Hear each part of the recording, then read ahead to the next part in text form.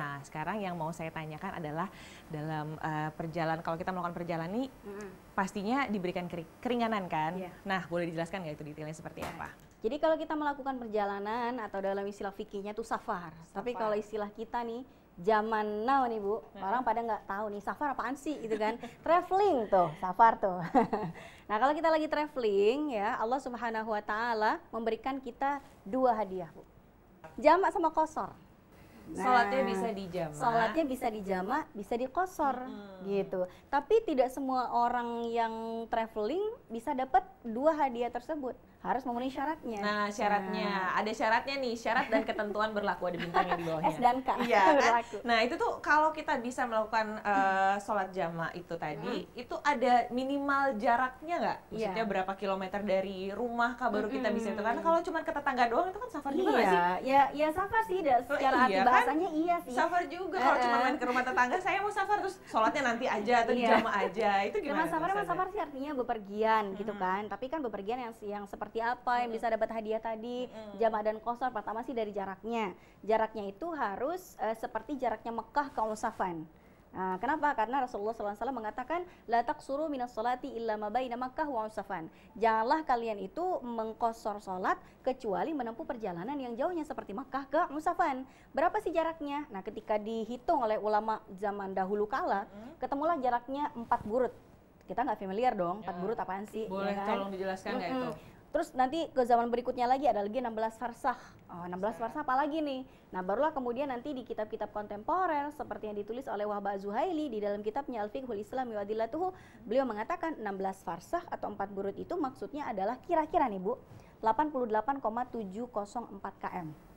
88,7 deh. 89 deh. Iya, 89 kilometernya dari sini ke Bandung ya. Ke Bandung, iya. Ke Bandung sampai 100 tuh. 120 kan kalau master tuh. Nah, pokoknya minimal sih 89 kilometer itu tadi. Kilometer. Ya, itu adalah jarak dari tempat kita tinggal ke tempat tujuan. Jadi tujuan kita udah harus pastiin nih, kita mau safar kemana, mau traveling kemana.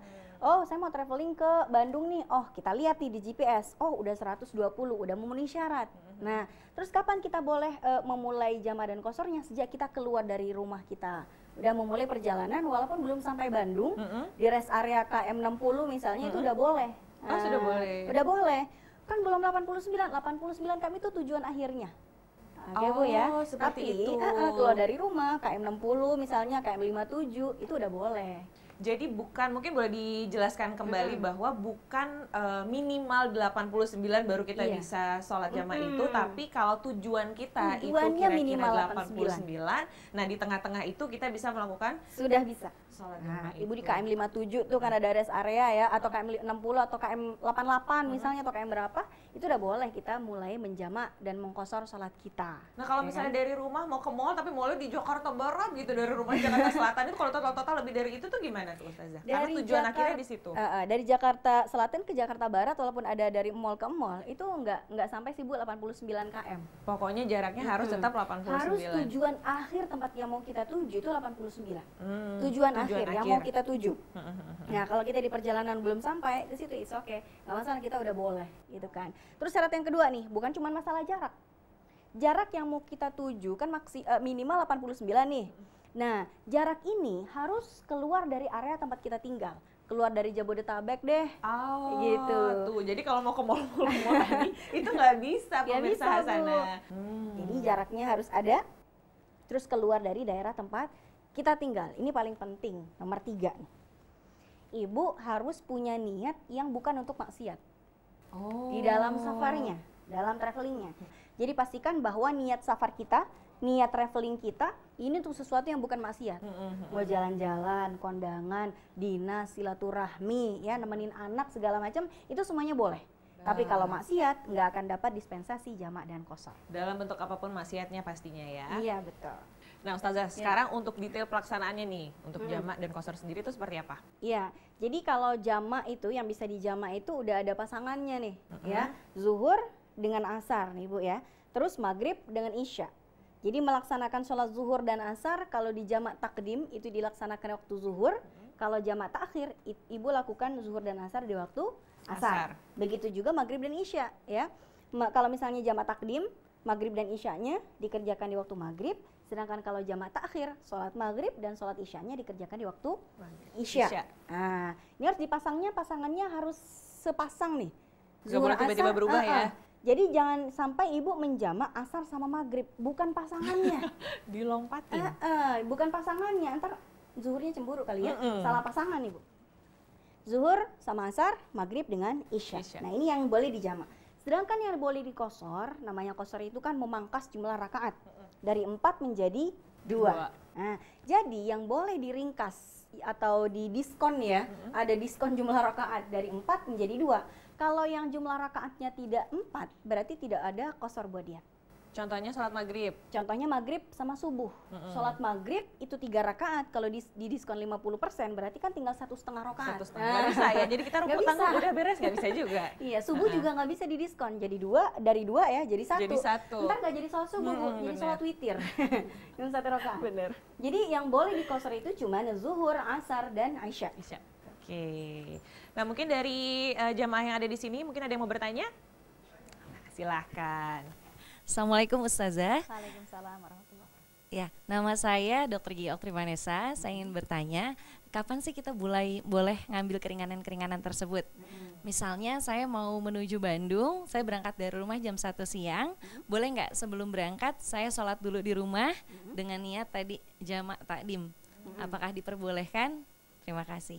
Nah, sering terjadi karena mungkin daripada saya berhenti di rest area mungkin itu ya ribet, belum bawa anak, belum bawa apa segala macam. Boleh nggak tuh dari rumah sebelum berangkat? Karena kan tujuannya lebih dari 89 km. Betul. Jadi ibu-ibu di sini semuanya dan pemirsa di rumah, kalau misalnya kita mau mulai safar ya, namanya juga ini keringanan buat siapa?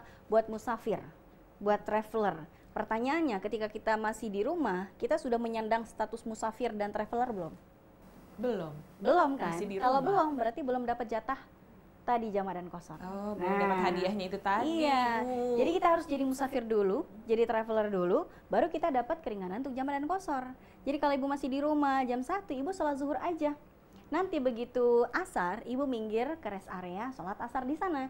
Terus ya nggak dapat keringanan apa-apa dong, udah sholat zuhur. Enggak, ibu bisa kosor doang tapi nggak pakai jamak. Nah ini pertanyaan dari saya nih, menyambung dari pertanyaan Ibu Dokter tadi. Bagaimana kalau dibalik? Kondisinya ketika kita mau pulang dari Bandung ke Jakarta, kita masih musafir tadi. Nah boleh nggak pertanyaan Bu Dokter tadi? Jadi kita sholat dulu di Bandung, baru kita pulang. Iya. Jadi kalau misalnya di Bandung, ibu kan masih jadi musafir nih. Ibu boleh di hotel menjamak maghrib sama isyanya atau zuhur sama asarnya. Tapi pertanyaannya gini nih Mbak Dian, di Bandung berapa hari dulu nih? Banyak loh syaratnya, nggak bisa sembarangan tuh. Jadi kalau kita nih ya, sebagaimana yang dilakukan oleh Rasulullah ketika beliau itu mau berhaji ya, dari Madinah ke Mekah. Jadi Nabi sampai di Arafah tuh ya, mau wukuf tuh di tanggal 9, Nabi menjamaknya itu 4 hari. Tanggal 9, 10, 11, 12. 4 hari? Cuma 4 hari ini. Begitu tanggal 13, Nabi udah sholat kayak biasanya, udah nggak jamak, udah nggak kosor. Sholat di waktunya masing-masing dan di jumlah rakaatnya masing-masing itu.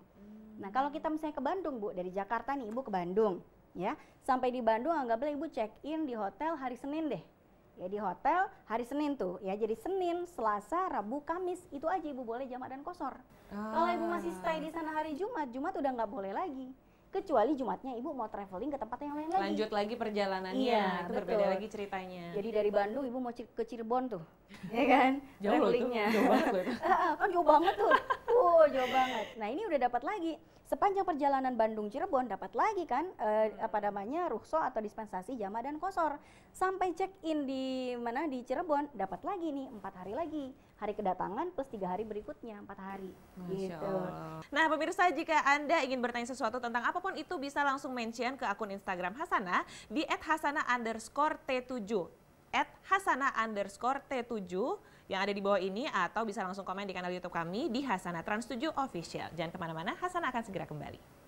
Dan bagaimana kalau misalnya dia menolak untuk jadi imam? Boleh nggak orang menolak jadi imam? Gini ya? Jangan, enggak. Gimana misalnya dong? Nih, anggap coba ditepok coba sayanya. Bukan ditepok, jangan ditepok ya, dilus aja.